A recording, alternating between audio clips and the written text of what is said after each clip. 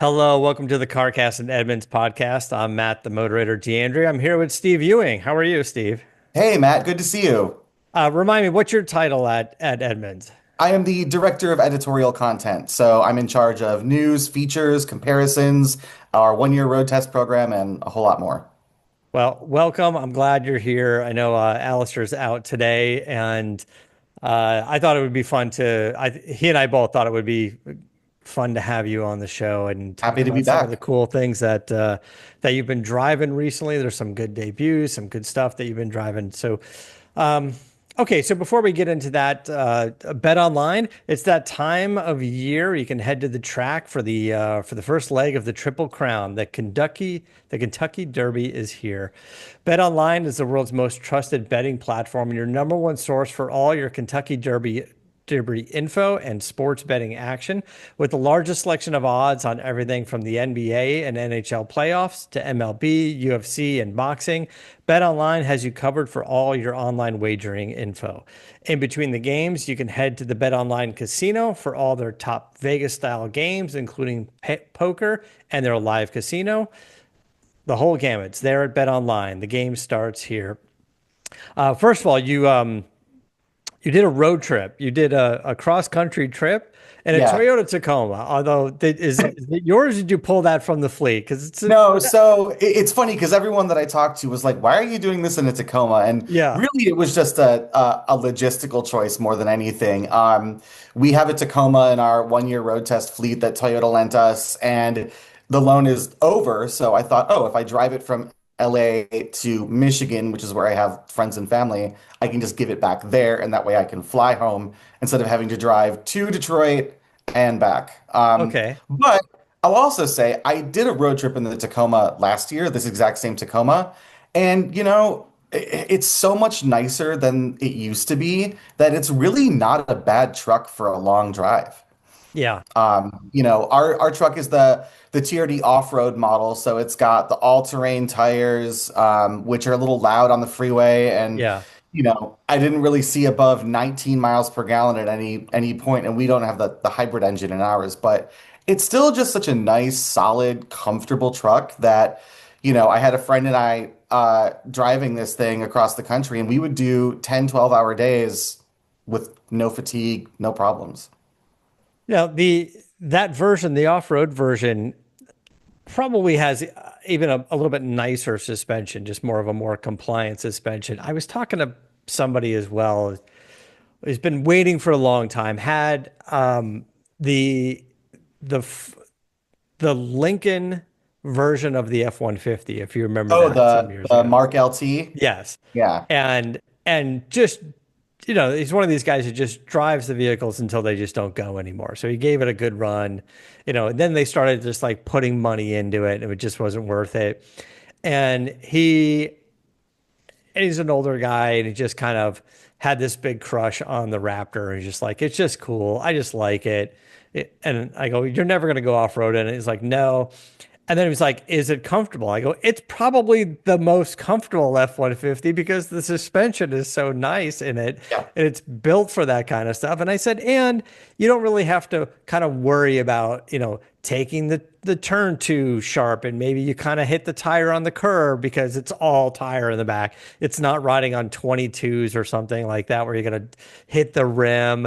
I was like, so it's actually pretty good for that. So I imagine the Toyota kind of falls into that category. It's like it's a nice truck. It's a good suspension and you don't have to worry about ground clearance or 24s or 22s and it Exactly. just makes a nice ride. It totally does. And I mean, over the kind of rougher stretches of freeway through the desert and stuff, it was surprisingly compliant, I think. I think I'm so much used to the older Tacoma, which was kind of rough and had like the most awkward seating position Yeah. ever, where you were sort of like on the floor, but then you were really high above the dash. It was weird. But the new truck is kind of smoothed all that out, kind of figured it out. You sit in a more natural position. There's not so much of like a bouncy, comfortable ride like you get in some, lifted off-road trucks. It's really compliant, really well tuned. But I agree with you. We have a Chevy Colorado in our one-year fleet, and I had driven a Colorado ZR2 home for a weekend, and I came in and I was like, oh my gosh, you guys have to drive this because we all don't like the ride quality in the standard Colorado. Then Yeah. you get the ZR2 and you're like, oh, this is so nice. And you're right, like all those little divots and ramps and things in LA that are chin scrapers on some cars, you can just drive over it and, you Yeah. know, bigger truck and it's great. Anytime you get near, at least for us in LA, you get anywhere near the 405 where it meets the 10, it's it's it, Yeah. it's like going off road. Like it's just a Mhm. terrible, massive like intersection of freeways, and it's so bumpy and terrible. Mhm. And every time I'm on it, I'm like, oh man, I That's just wish you were in something softer ride. that is right by the Edmunds office, and I drive that stretch of the 405 every day. Was So it, I'm sure it becomes a good like test as you're totally. testing, going, side by side testing with the two different vehicles going, all right, let's take, like you Mhm. said, let's take the Colorado out, then let's take the off-road suspension out Yeah. there and see if it's any better. Yep, exactly. But yeah, driving the Tacoma across the country, really cool. If you've never done a big cross-country drive, I highly recommend it. If you have the time to do kind of like the B roads, the Route 66s or the Highway 20s, do that because there's just a lot more interesting local flair to see. But, you know, even for me, sticking to the interstates, you go through Utah and Colorado and the Rocky Mountains, and it's just gorgeous. It is Yeah. absolutely beautiful. It's, you're following the Colorado River, and then you kind of get down past Denver and you get into the plains and everything. But there's just so many neat things to see. Like, there's this like cool dinosaur museum in Colorado you can go to, or there's the world's largest truck stop on I-80 right in Iowa, which is just hilarious. There's so much stuff in there. But Yeah. that's kind of what I love about road trips is you have this freedom to see something interesting and you're like, "Oh, I want to pull in there." And you can just pull in real quick and check out all the cool stuff that you can, do on the roadside in our country.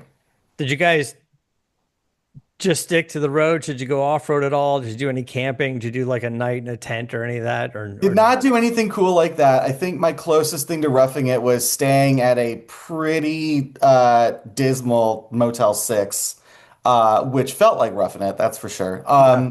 But no, nothing like that. It was kind of a need to get there in relatively quick fashion. So it was like we could take a little time, but not a ton of time. But I've done stuff like that before, and it's, in something like a Tacoma, especially you find these campgrounds or these places to go that are off the beaten path, and it's like, yeah, it's fine. Just head out. You Yeah. can carry stuff in the bed. You get a tonneau cover. You can use that bed as actual lockable storage. It's really useful. But I love doing stuff like that. Just not this time, unfortunately. I I haven't done a cross-country trip in a long time. It's probably like 30 years, but I remember Mhm. when I was doing it, and I don't know if this is the case anymore, but I didn't even have like a plan. I just started driving, and when I got tired, I just hit an exit. And you're right, there's like a little Motel 6 or something, and no plan, no internet reservations, just walked in, paid like my $29 for the Mhm. night or whatever it was, and just said, yeah, like just roll it at 10 and go, I just need a bed. And they're like, here you Exactly. go. I don't even know if that's even possible anymore. If you could just I walk mean, in, no reservations. I don't know. I mean, I did something similar when I was 18, just after I got out of high school.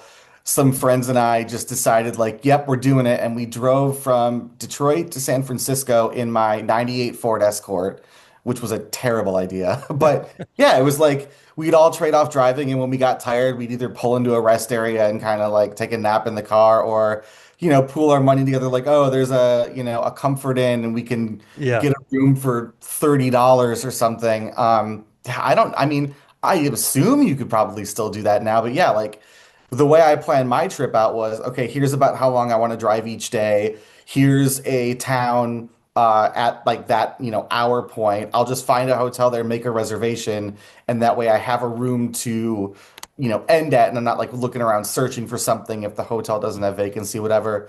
I feel a little bit better with that safety net, but when you're 18, it's kind of like Yeah. sleep in the Escort, it's fine. I mean, even on a shorter run, I did a few times back and forth between Arizona and California, and I was driving. I had built up a 65 Mustang. It had a 347 stroker on in it, Nice. and uh, and it ate gas, for sure. Yeah. And I just remember running out of gas and then having to like just go to the trunk, switch my shoes and put on the running shoes and do that last like 3 miles to the gas station. Uh-huh. I was like, I think I'm gonna make it, like I Yep. remember a gas station here and then having to just hoof it the last few miles. But I did get a ride back. Somebody felt bad and goes, I'll Yeah. give you a ride back. And yeah, and I just driving one night, it's late. I just pulled over, took an exit, hit the dirt, went to sleep. Woke up with a cop tapping on my window and he's like, "You okay?" I was like, "Yeah, I was just taking a nap." He's like, "That's fine. Yeah. Yeah, you're good to go." Yeah. It's They like, just want "All to right." make sure you're fine. Yeah. He's just like, "Just want to make sure you're all right." I was like, "Okay." hmm Yeah, it's like I got tired, took a nap. He's like, "That's what you're supposed to do." exactly. It's interesting. There are all these like signs, especially in Utah, for like drowsy driving and get off the road if you're tired. Now But the it's cars funny. do it. Yeah. Now the cars do it themselves. They Yeah, they keep telling do. you like, "Do you want coffee? Should you The rest? Should Tacoma you?" had that too. It's like, hey, Yeah. maybe you should take a break. And I'm like, okay, maybe I will. The first time I saw it, it was kind of weird. I think it was in the Lexus where the coffee cup pops up. Yep. Yeah. hmm Yeah, that was the first time I saw it. I was like, "What's going on here?" And then in Yeah. my head, I'm like, "I don't really drink coffee, so what Right. else you got, Lexus? Come on, what Yeah, else you got? exactly. Like, show me the Red Bull can or something, Yeah, what other options you got?" All right, well, it sounded like a good trip. It was a comfortable It was great. vehicle, hmm um, but it was also only had to be a one-way trip for you. Yeah, I mean, I could have done it there and back, but especially once you finally get to your destination, you start to think about like, oh God, now I have to go back, you know? So it's Well, I mean, if you were able to swap out the vehicle for something right, different, if you were returning the Tacoma to Toyota and then right. got Picking up something on the something way else. back, No, I just yeah, I just flew back this time. I've done the there and back before, and it's fun. It's fine, especially if you take like a slightly different route going back because then it's new and you yeah. don't feel just like you're retracing your steps. But no, just dropped the Tacoma off in Michigan and hung out with some friends, saw some family for a week, and now I'm back in LA. And I'm glad you liked the Tacoma. It seemed like the Tacoma was really good. People loved it. Resale Yep. values were high. And then another generation came out and everyone's like, meh. And hmm then now there's the new one and people are like, oh, I think we're getting hmm back to what it was. Yeah, I agree. I think that the new Tacoma is just such a more well-rounded product than the one before it. And I mean, the one before it just felt like it was on sale forever, you know? Yeah. This one genuinely feels like a new truck, and they've really, they've kept a lot of like the good trucky stuff intact. Like all the dials are big and chunky and have ridges on them, and all the buttons are large and you can hit them, and the screen is big and the wheel is chunky too. Like it's just a nice trucky feeling truck, and Yeah. that's how I kind of like my trucks. Um, but again, it's just, the level of refinement to the interior just makes it so much less fatiguing to drive long distances than the old truck was. And Yeah. that's really crucial. I mean, people talk about all the time, like, oh, wouldn't you want to drive across the country in like a McLaren or something? I'm like, well, sure, that'd be fun, but like that would be so uncomfortable after a while. And Yeah. you grow tired of it. And, it's not as fun as people think after a while, you know. Yeah. No, I totally So, agree. Actually, we went up to a trip for Monterey. Adam Kroll and I were going up to Monterey, and Rolls Royce was just being in a good mood one day, and they're like, "Here, take this Rolls Royce Ghost." heck yeah. And at first, Adam was like, "I don't know, we're gonna be seen in a Ghost the whole time." And by the time we got there, he's like, "I totally get it." He's Yep. like, "I totally get it now." And Yep. it's like, I mean, th talk about just a plush, comfortable ride. Oh yeah. For sure. You were talking about on the Tacoma, like the big buttons, the big knobs. Here in California, we don't really get weather, right? Like it's like, oh, Right. it's hoodie weather or it's shorts weather. There's not Mhm. really that much else. But the rest of the country, a lot of it does, and we forget out here, you're like, you got to have gloves on. How do Yep. you get into the vehicle, if you don't have Completely. the right door handle or like you said, even just a volume knob or hmm and when I was talking to the Ford guys a while back, I was asking them things like, listen, why are we still doing the keypad? I was like, the Lincoln has one that's like hidden behind and you can do the Hmm. keypad. And they're like, and like big antenna on the front fender. And it was like, because if you drive an F-150, you often have gloves on and you want to use that keypad to get in and Yep. not the kind of hidden one behind the plastic on the Lincoln, right? So I was like, all right, that's good. That's smart. And I go, and the antenna, like we're kind of like past the big whip antenna coming off the fender. And I go, I get it. Like you can kind of use it as like a height indicator if you're pulling into a garage. Hmm. And they said yes, but really it's because so many people do travel around parts of the country where you can't even get FM radio and you Right. just listen to AM.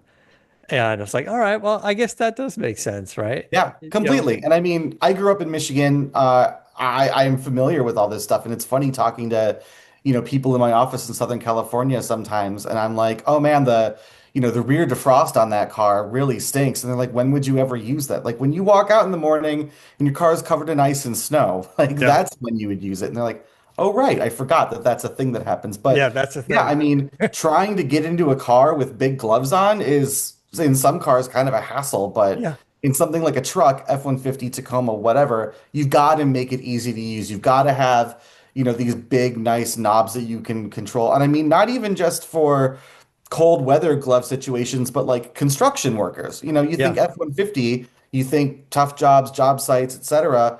They're all wearing big gloves too. They got boots. Everything's got to have a lot of room. And so I like that truck makers continue to think of that stuff. Yeah, now that you mention, I'm thinking about Aston Martin to like push it with your thumb to Oh have my the handle God. pop out. Like it looks cool and it's a cool Sure feature, does. but good luck if you've got Andre the Giant hands or Yeah. gloves on. It's not going to work. No, All no, right, no, no. let's talk a little bit about Ford since we're still talking about trucks. Maverick. Now there's a Maverick Hybrid. Yes. So the Maverick launched as a hybrid, but you could only get it in kind of the lower trim levels with front wheel drive. Right. Now Ford is letting you pair the Maverick with all wheel drive, which is, I remember going on the unveiling for this generation Maverick, and this that is the number one thing people wanted was they didn't want to have to get the 2-liter EcoBoost just to get all wheel drive. And for, again, people like where I grew up in snow states and, places where it has weather, I completely understand that. Yeah. You want the extra traction and sure-footedness of all-wheel drive, and I think if you're buying a truck, that makes sense. So So it's Ford nice was to see. thinking when they launched the hybrid, they were just going for the most amount of fuel efficiency as possible. They Yeah, wanted to release a truck that got great fuel mileage right. and then offered the gas engine version with the all-wheel Exactly. drive and obviously that would dig into that MPG, but they were just swinging for the fences on the MPG. But here's the thing, like, so I drove that Tacoma to Michigan, dropped it off, and I actually picked up a Maverick Hybrid to drive while I was there for the week. And, it's a hybrid all-wheel drive truck. It was not the fully loaded one. It was kind of the mid-grade XLT with a few options on it. And without changing my driving style at all, I still got 39 and a half miles per gallon over the Yeah. course of the week. And I mean, that was largely with highway driving where hybrids aren't necessarily as efficient. And to me, it's like, okay, you can add all-wheel drive to this now, and you're still getting almost 40 mpg. Yeah. I probably could have done better if I had stayed off the highway a little bit. And that's like the biggest selling point of that truck to me.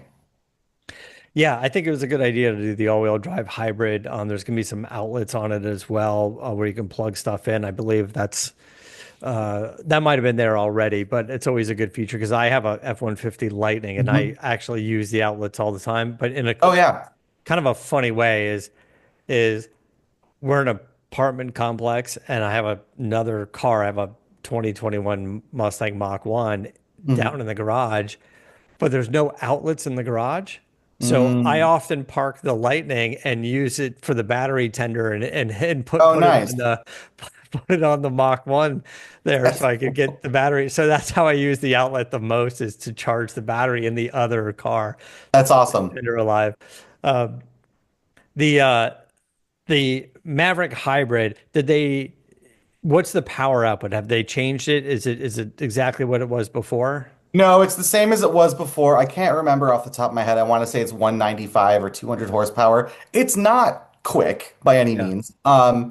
But it at no point do I ever feel like it's too sluggish for daily driving or anything like that. You still get a little bit of, that instant electric torque off the line. It's And certainly it can not tow. slow. And it can tow. Yeah, there's a 4K tow package. You can tow 4,000 pounds with a Maverick, which, I mean, 4,000 pounds, I don't think people realize is a lot of trailer. Yeah.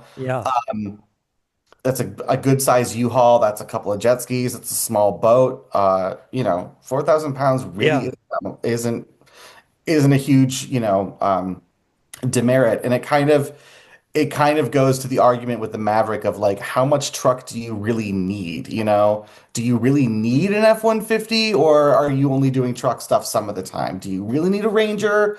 And so I like that there's now this smaller end where there's still a useful size bed. It can still tow. It still has power outlets, but it's also fuel efficient, compact. I think it's just such a great package.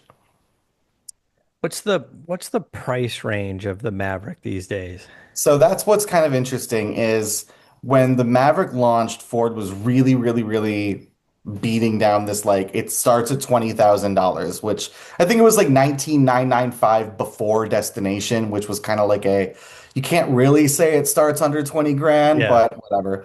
Now though, I don't think you can get into one for less than 26 or 27. And the one that I just drove, which again is a hybrid XLT, so it still has the cloth interior and everything. It was $37,000. So Yeah. they're more expensive now than they used to be, but you consider the average new car costs $50,000 now. 37 still sort of feels like a bargain. And you're getting the all-wheel drive Hmm. hybrid version with some decent features that you're talking about. And the Hmm. reason why I bring this up is because everyone was kind of going nuts a week or so ago with about the Slate truck. Yep. And I like the idea of it. I think it's kind of cool. And everyone's like, it's a $20,000 truck. I was like, well, because it's an EV, it's a $27,000 truck potentially with the tax rebate. But if that tax rebate goes away, it's a $27,000 truck. And then Hmm. for $27,000, you're you're getting, roll up windows and no radio and no Hmm. speakers, and you're just getting seats and air conditioning, which at least it has that. And then if you start maybe adding on a few of those features, maybe you just add the speaker kit so you can plug in your Yep. phone and get directions and CarPlay, and maybe add a couple of other features. It's like, all right, well, it's probably $30,000 Yeah. for for something that's kind of drivable other than just like, like a shop truck or something you're running Hmm. around town hauling some gear or whatever. Completely. And I was like, all right, well, that's not exactly the cheapest thing in the world. I mean, I think you can get into a Honda HR-V for around Yeah. 30 grand, and you can get into a Maverick for 30 grand. Totally. And And look, I love the idea of, the cheap, simple shop truck. I love the idea of being able to get people into an electric car for, the lowest price possible, but I'm just not sure.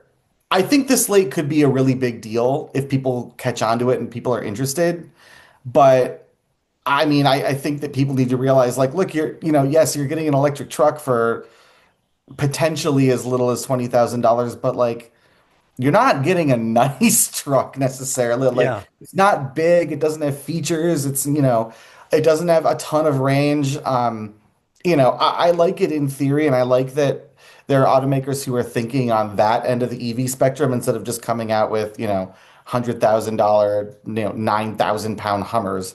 yeah, But still, like to me, something like the Maverick just seems so much more usable and livable. And, unless you're really, really, really, hellbent on going EV, like 40 miles per gallon is still really efficient. right.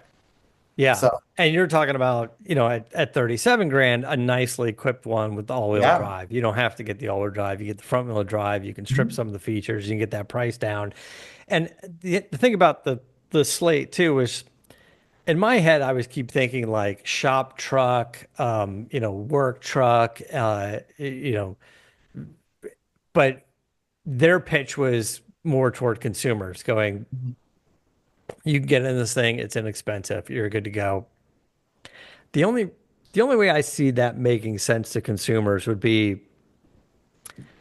I guess, if you can buy it with a tax credit and it's 20 something thousand dollars with a few options on it. Mhm. But if they if they lease that thing for like 99 bucks a month, Yeah. you know, or if they said, "Oh, we can throw in a few options. We can give you the SUV version for like 149 bucks a month." I was like, "Oh, now it's kind of interesting." Right. You know? I think that if the lease deal works out and ends up being, you know, really attractive. I remember there was that time where you could lease a original Fiat 540i for like $70 a month Yeah. in some parts of the country, or like golf, e-golfs were going for like 150 bucks. And it's like, okay, at that price, it starts to make a little more sense. If I just need basic transportation to get to work or run errands during the week or something, like, okay, that's actually not terrible. Yeah. If you're like, well, that's pretty much like what my cell phone bill is, right? Or if you Yeah. just add up, go, well, how many streaming services do I subscribe to between like a Yep. Netflix or a Paramount or whatever, or Max? And Hmm. you're like, it's probably 100 bucks right there. So if you start thinking about it, if you can get into a car for, 140, 150 bucks a month, that's decent. Then it becomes interesting, Totally. right? And I hope that it works. I hope it comes out as promised. Just because I would like to see another low cost EV out there. yeah. But we'll see. It's still a little ways away. Yeah. In the meantime, we do have Maverick. We do have some inexpensive options that I think kind of get overlooked. Like you said, like an inexpensive Honda, like Yep. SUV, the HRV, or even the CRV starts at probably Yeah, like 30 grand, right? totally. So if you get Yeah, sort of the base model of that, and that will come with a radio yeah. and Yeah, and probably Nissan, power like a fully windows. loaded Nissan Kicks is like 24 grand or 25 grand. So, Yeah. Yeah. you So know, there are some options out there. So I wouldn't go for the Slate just based on price. And if that's their only thing, that's a tough argument because, the old saying that's been around forever is business won on price is lost on price. It's like as soon as you mhm. have something for $99, somebody just makes a version that's $98, right? Like Yep. it's just, and if that's all you're doing is just competing based on that, then someone's $97 and someone's Hmm. Hmm. $96. Like someone will figure out to do it marginally less. Um, Exactly. yeah. All right, let's take a quick break and we will be right back.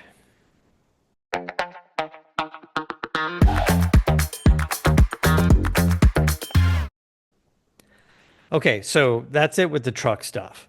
There's been some interesting No cars more that you've truck been, stuff. uh, just interesting cars you've been driving recently. Ones we haven't talked about in a little bit now. I think the last time we had a BMW conversation was Alistair was raving about the i5, saying it's just kind of Mhm. an overlooked EV, but it's a wonderful car. Uh, It really is. It really and is. and something you would expect from BMW, especially when it comes to something like a 5 Series. 3 Yep. Series and a 5 Series, such money makers for them. But you were driving the 540i.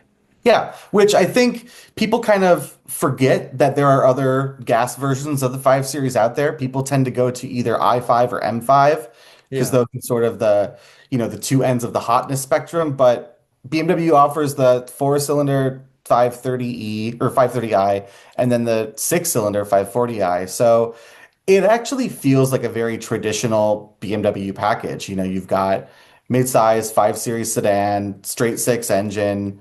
It's just such a nice, lovely car to drive every day that it speaks to a lot of those things that I think Alistair and the rest of us all like about the i5, which is just it's BMW doing what BMW has always done well, which is the 5 Series. Yeah.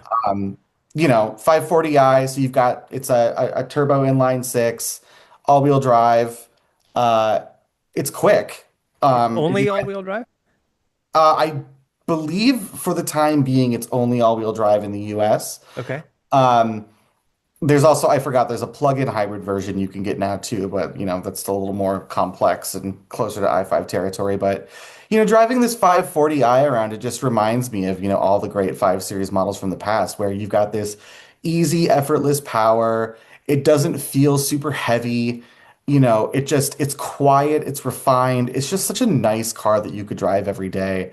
I kind of felt the same way about driving the Mercedes-Benz E-Class, the Yeah. new E350 and E450. It's just like, wow, this is really Mercedes continuing to refine and perfect the thing that they've been doing for decades. So that's, I think, one of the 5 Series advantages, and that lends itself to the i5, which is at its core, it's this vehicle that has been so quintessentially BMW for so long.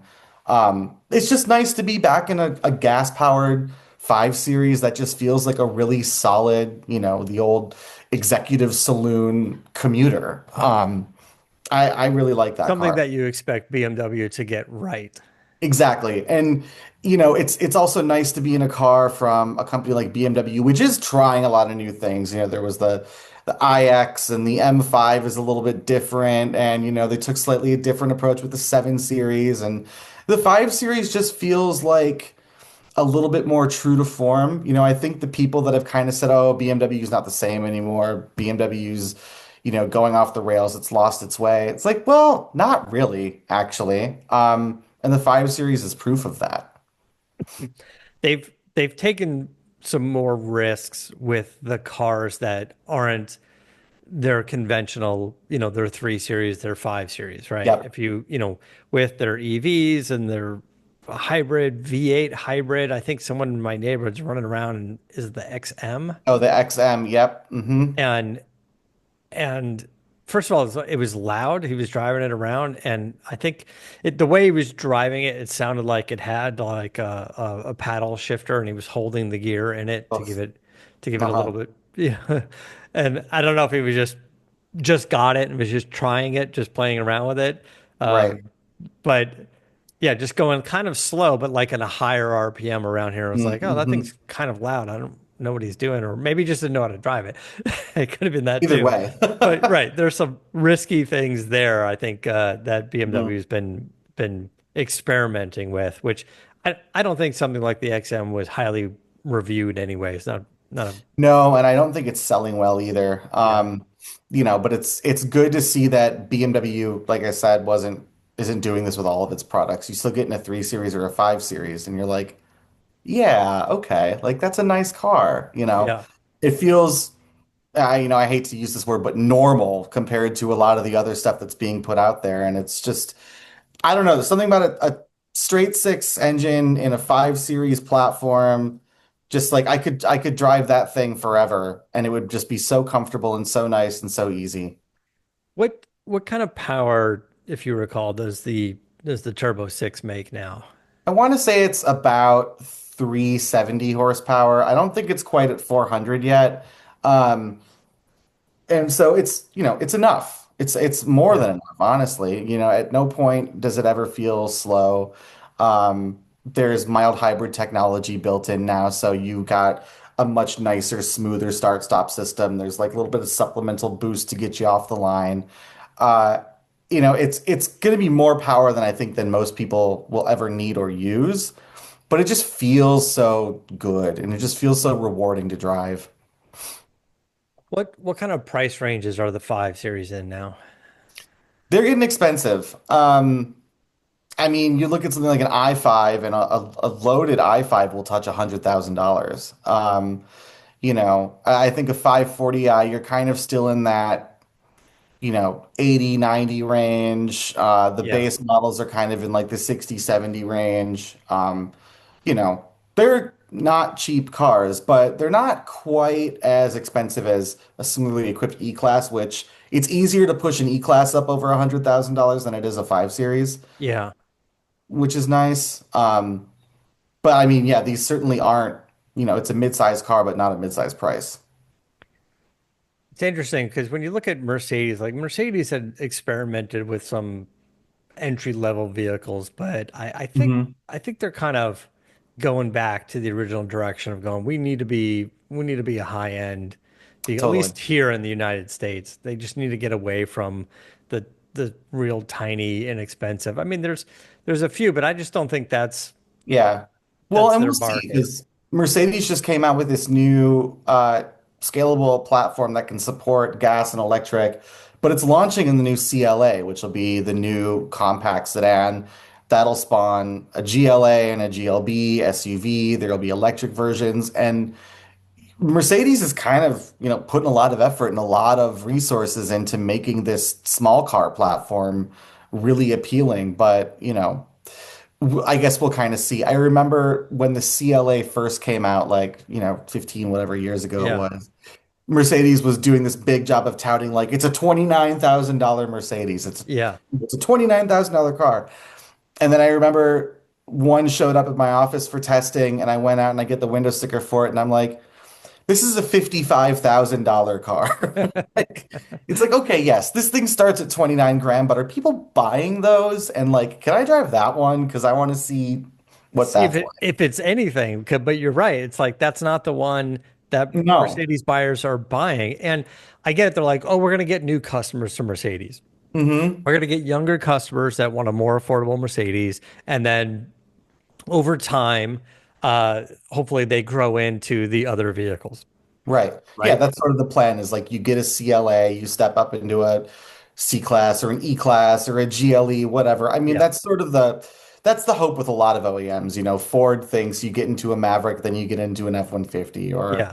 Yeah. and I get that for something like Mercedes, but I also I think you're right. I think Mercedes-Benz does better at the top end. BMW is kind of the same way. I mean, the 2 Series coupe, the rear drive 2 Series coupe is still pretty entertaining. But then you've got like the front drive 2 Series Grand Coupe, which is the four-door, and then, it's SUV equivalent, the X1, and those start to feel a little less inspired, shall Right. we say. Right. And So, yeah. when the Mercedes came out with the EVs, I think the first one I drove wasn't the SUV, which is a little better looking than the sedan. They sent the Yeah. sedan over. It wasn't cheap, No. but when I got in it and drove it, I'm like, oh, they're putting their money into the EV platform because it Yeah. doesn't feel like $100,000 Mercedes to me. It just kind of dropped the ball on what you would expect from Mercedes. And again, I'm falling right into that stereotype going, I don't want a $29,000 Mercedes or a Yeah. $30,000 Mercedes. If I'm going to get into a $100,000 Mercedes, I want it to feel like a $100,000 Yeah. Mercedes. And it just kind of missed the mark for me. It's like, What's I don't, crazy though is have you checked those cars lately on the used market? Because yeah, now yeah, we you talked can about get that. into that formerly $100,000 Mercedes for like 40 grand. Yeah. And I'm seeing them pop up now. Like I'm starting to see them like in Hmm. the garages and on the road. And I don't know if people are just buying like those lease returns or something, buying the Yeah. used ones. It's not a bad vehicle. It's like No, not at all. it didn't really do anything wrong. It just didn't feel like a Mercedes. And if No, no. anything, I think a used Mercedes EV, like at the price you're talking about, is a better way to get people into the brand than an inexpensive $30,000 cheap Completely, Mercedes. because then you're still getting a car that was, a $100,000 car. I know it's not helpful for new car sales or anything, but Right. yeah, if someone I know is looking at a brand new CLA EV, let's say, I'm like, well, have you checked out like a 2-year-old EQE or an EQS? Yeah. Because it's a much nicer car for about the same price. Right. And you're So, right. If you get into that car a few years used, 30,000 miles on it for 50 grand, you're yeah, like, gosh, I kind of feel like I did well here. But when it showed up at 100 plus thousand, you yeah, know, the press car is like, not yeah. quite sure, but Does it look like a Werther's lozenge that's been in someone's purse for too long? Sure, but right. it's got a nice interior. Yeah, yeah, it does. The SUV was growing on me more than the sedan. The Yeah, sedan just you're right, just looked like a pill. the sedan, it looks like an Apple Magic Mouse or something, Yeah. but I get it, but Yeah, not exciting, All unfortunately. right, so BMW, let's talk about the exciting M4 CS. Oh my gosh, what a car. Uh, what an insane car. What an unnecessary car, but it's great. So, slight recap on this. It's basically the two-door version of the M3 CS. So you've got take an M3 competition X drive, strip out some of the weight, add a little bit of power, put some lipstick around the big nostrils and everything on the front and give it some Yeah. carbon fiber.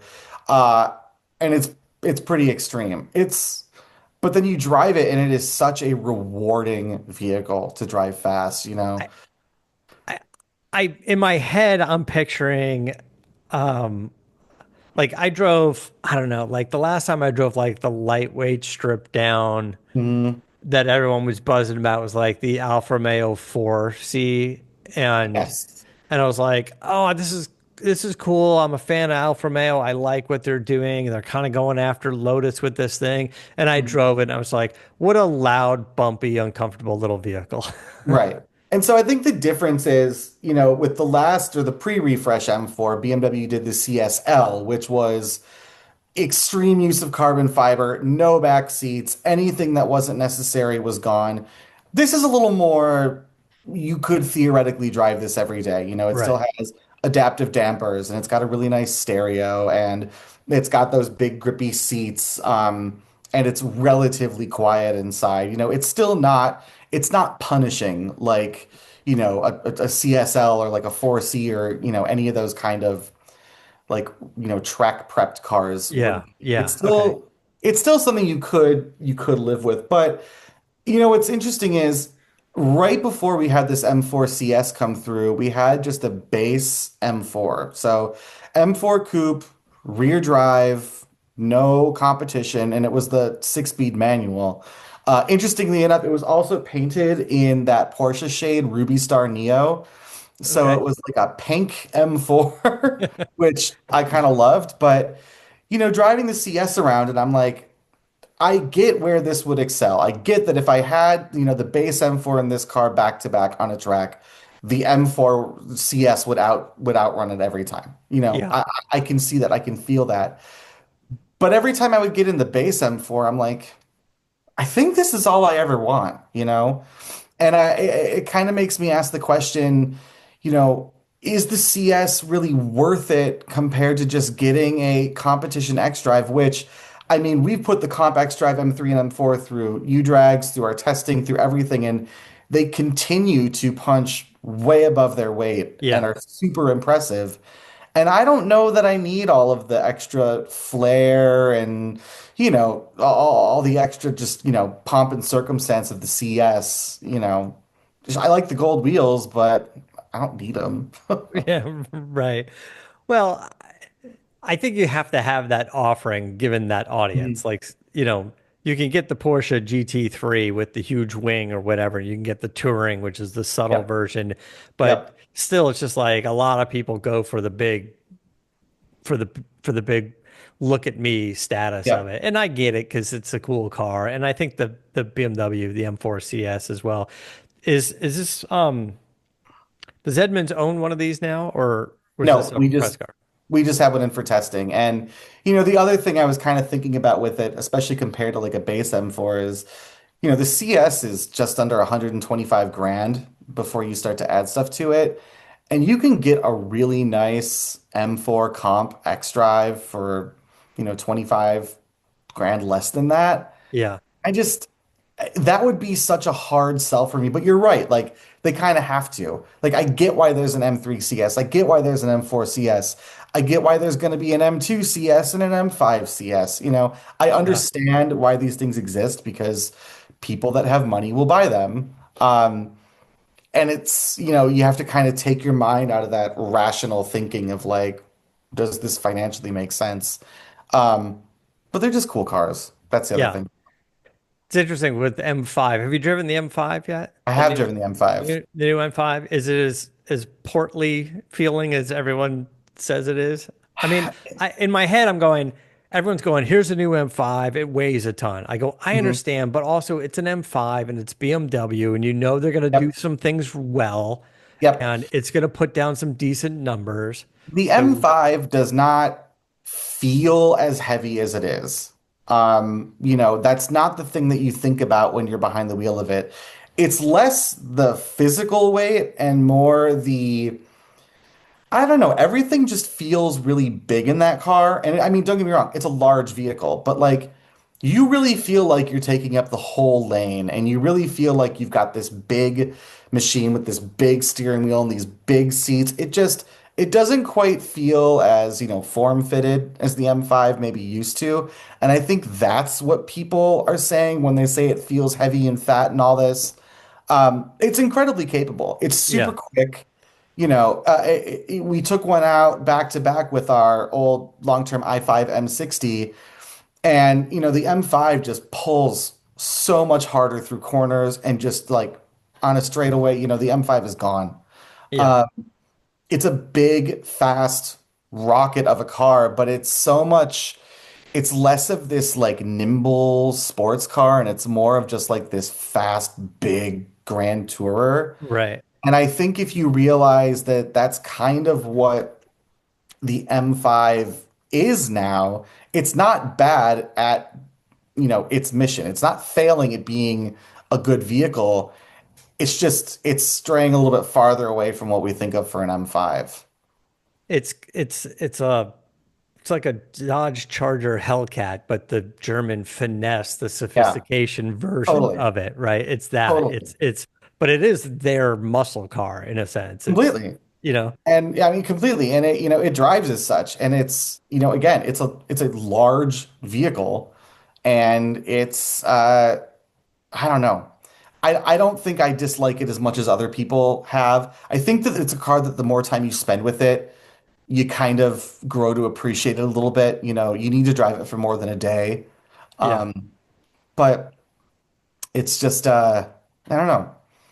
But I don't in getting back into the just the 540i, yeah. there must be just a difference, like such a massive difference between the 540i and the M5. They don't There even really feel like is. the I same mean, car. you're right. I mean, but you also kind of have to remember that, there's the 540i, there's the 550e, there's the i5, there's the i5 M60, and that so the M5 still has to be this pinnacle, Yeah. but it now has to be this pinnacle on top of so many other different versions. It's not like it used to be where it was like 528i, 540i, M5, and Yeah. you kind of split them up that way. Now it's very much like there's all these different rungs and kind of putting the M5 above that. I think it's harder to feel the differences between all of them. But yeah, you get out of a 540 and you get into an M5 and you're like, oh, right. Okay. Yeah. But you don't even think it's the same platform at that point, the same 5 Series BMW. You just kind of, Yeah, it just feels so much more. It just feels so much bigger and more complex. yeah. Whereas the 540i just has that kind of like inherent, beauty to the simplicity of it, which I think is what's always sold me on the 5 Series. The M5 just feels too complicated. Yeah. All right. Well, listen, I appreciate the recap. A lot of fun stuff. A lot of driving. I know you're going to be wheels up again soon, like in an hour or so. Yep, I'm off to drive a Maybach SL. So Okay. Well, yeah. it's funny. We were just talking about Mercedes, telling them going, Mercedes should just stick to the high end. So Yep, there you and this go. is the high end. This is the high end. It's the, I'll come back and tell you all about it. yeah, I think it'll be exciting. Where are you going to do that? So, Ibiza, Spain. You got to say it like that. It's like a local. okay. Yeah. So, I had a feeling you were off to Spain or someplace fun like yeah, that. They're not doing the Maybach in Dallas. Florida or Right. Austin. Yeah, exactly. Right. All right.